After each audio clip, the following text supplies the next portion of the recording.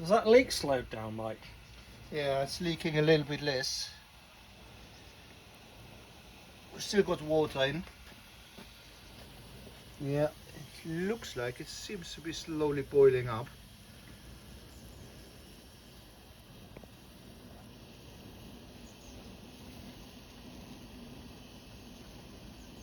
I've got already new gasket in order. I believe it's this gasket which is behind the glass. Yeah, just to see how it goes.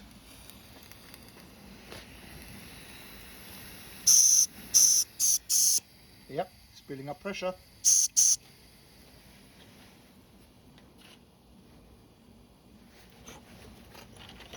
Oh, look, it's doing something.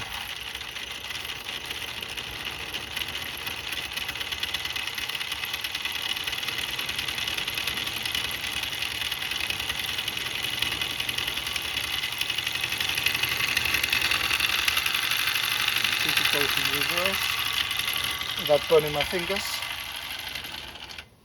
So let's stop. Oh, and it's working.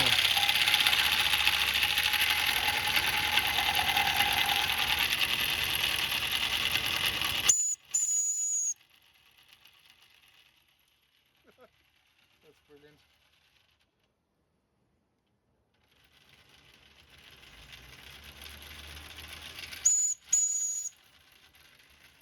So that's working. Obviously, you have to get rid of the leaks. This part is not leaking at the moment, but yeah, it has to be refurbished. Oh well. That feels a bit like snatching victory from the jaws of defeat to me. Absolutely. It's also leaking from the cylinders a little bit. Yeah. But it's fixable, yeah? Yeah.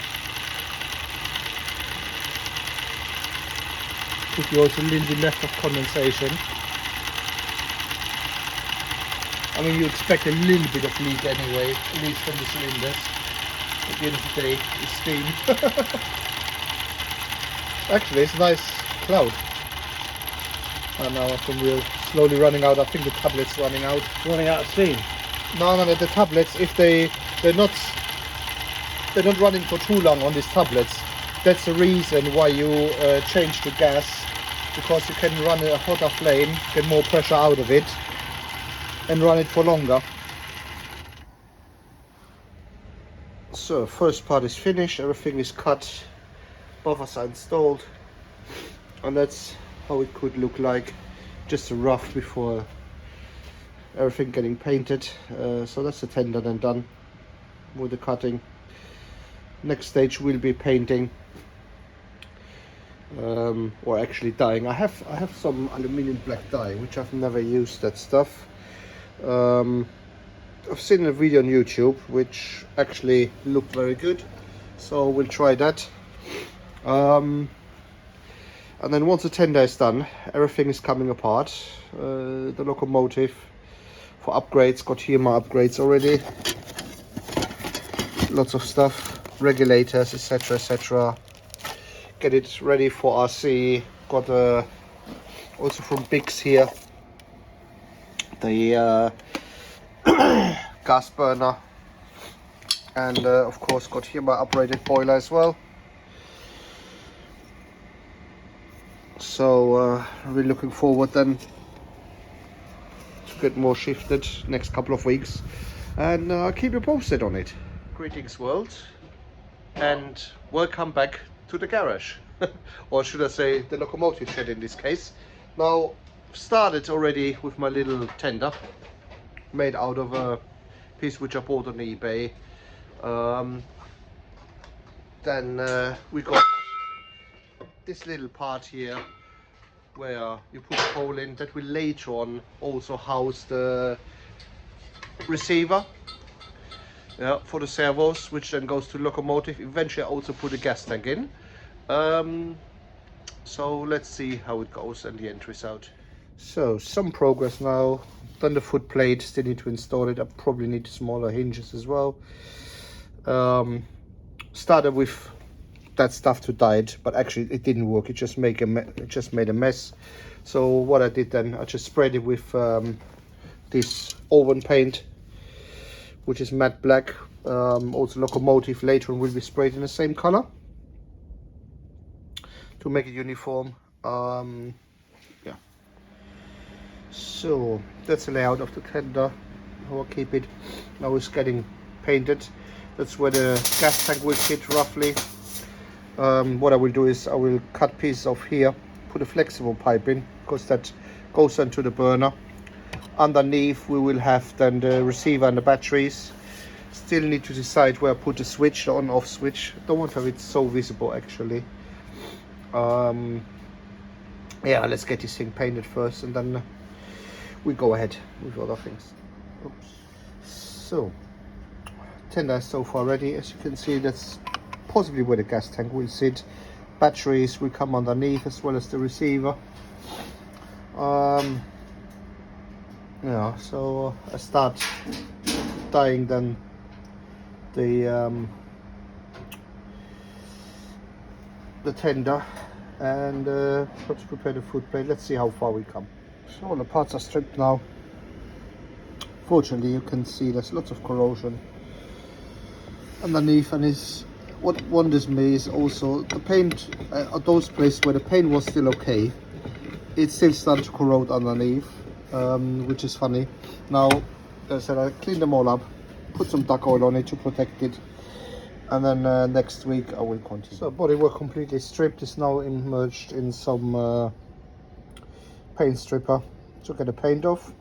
After that I will de-rust everything and put some rust converter on it to prevent more corrosion in the future, and it's off to get painted.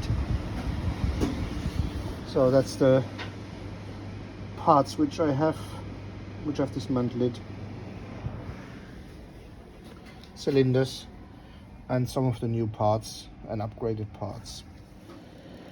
So I took now chassis apart, etc., and could see the corrosion is worse than I thought.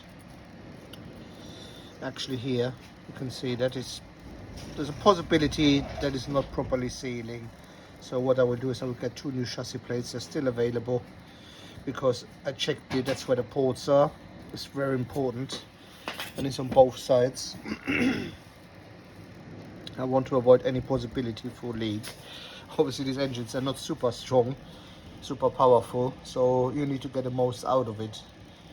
And with 9 pounds per chassis plate, it's false economics to put everything together, knowing that there is a possibility of a leak or something not working properly. So there's a boiler out now. Here was the leak somewhere. I need to check that. Well, it's a spare boiler, will be a spare boiler. To practicing some silver soldering. Chassis, yeah, some burn marks obviously from the sprays as expected. That's the fire guard, need to be rubbed down, painted. And to my surprise, the cabin actually, or the bodywork, pretty much comes in one piece. So that was quite a surprise. I thought it's several different parts, but yeah, here we go. So almost everything apart. That's a regulator here, steam regulator. Everything needs to be cleaned up as well. This pipe, what you see here, that goes up into the smoke box. And here we got the cylinders already dismantled. Need to clean everything up now, and then we start to paint everything. So started now to dismantle the locomotive, roof off, etc. Get the rivets off now. Inspected the cylinders. One of them is a little bit sticky, not a problem. We lap them in anyway later on, that's fine. Perhaps it is like that, I don't know. I think there's fine adjustments on these ones, but what I come across was, I don't know if you can see it here nicely, portholes. They are slightly blocked, so I need to do that, and also check with the new gaskets that everything is nice, and eventually modified a little bit. So yeah, let's carry on. So I've assembled now the chassis. Meanwhile, while the paint is drying for the bodywork, still a little bit stiff. Need to see how it goes once we got some pressure. Just for explanation, the aim is it to have no score marks. Um, when you basically go with your fingernail, that's very important that you got fingernails over it, that you don't feel anything. So more polishing required here. So parts are cleaned off. Corrosion is removed. I put some corrosion or rust inhibitor on as well. I'm just waiting that everything is dried up, and then I can start priming the parts for the bodywork.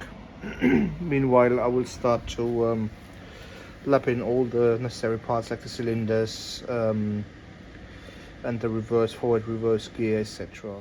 So now the locomotive is coming slowly together. I've corrected the that mistake which I did on the with the gasket. I put the gasket in the wrong place. I should be ashamed because I watched the video before. I should have done better. But thank you very much. One guy actually in the forum in Facebook pointed it out. Got the orientation now for the regulator. Silver solid boiler is in, but I have a massive problem with the painting. I don't know why the paint is not sticking. It looks actually like a dog's dinner, but for now I will leave it like that. Perhaps I will buy another bodywork. Actually, I should have done this beforehand. I didn't know that it's so cheap. There's no point in painting that.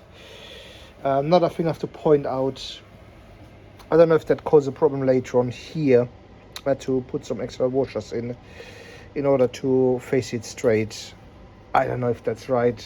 I think it's a bit of a botch personally, but it's can't do it any better at this moment.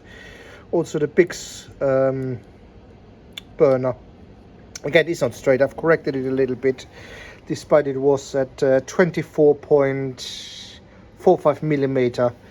I still took a little bit of material off. It's rolling now nicely, no binding. But that with the Bix boiler, with the Bix burner, I'm not happy about it. Particular if you pay such a price, it should be straight. It should be literally a fit in for other people. It's not a big problem for me because I can make it fitting, but for other people which doesn't have the machinery, which doesn't have the tools or the knowledge, it should be a straightforward fix or installment, not like that. Yeah. It was literally boiling beforehand. It's not 100% boiling. It's just warm. Leakage is getting a little bit better now. On the cylinder, I retighten it. Another thing which wondered me is this. I barely reached the 40 psi pressure. I don't know if that's right. It's like it's not heating up properly.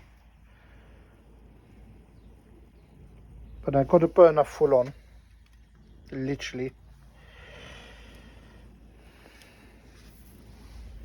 You can feel it makes some kind of movement. You can feel less resistance, but it's not really moving on its own.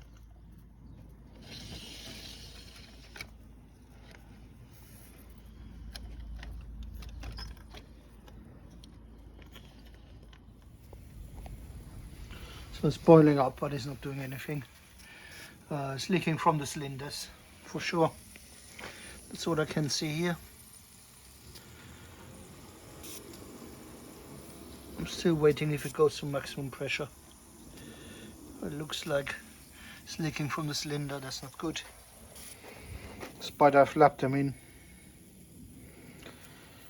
Eventually I need to get some gasket sealer on it. Eventually the surface on the chassis is too uneven, or I have to, well, first I will retighten them and then see how it goes. Yeah, so far I've test assembled everything. Don't know if it's leaking or not yet. Certain things I still have to work on it. I'm now cutting the pipe for the gas. To my surprise, actually, that thing with the, I want to use rivet nuts, but there's not enough space. There's no smaller rivet nuts in M3 available, so I have to leave it with that.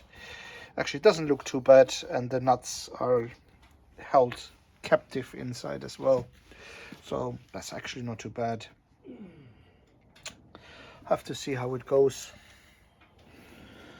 I've just decided for now I run without lubricator, because I need some extra work which I won't be able to do this weekend. I also need to have more nuts.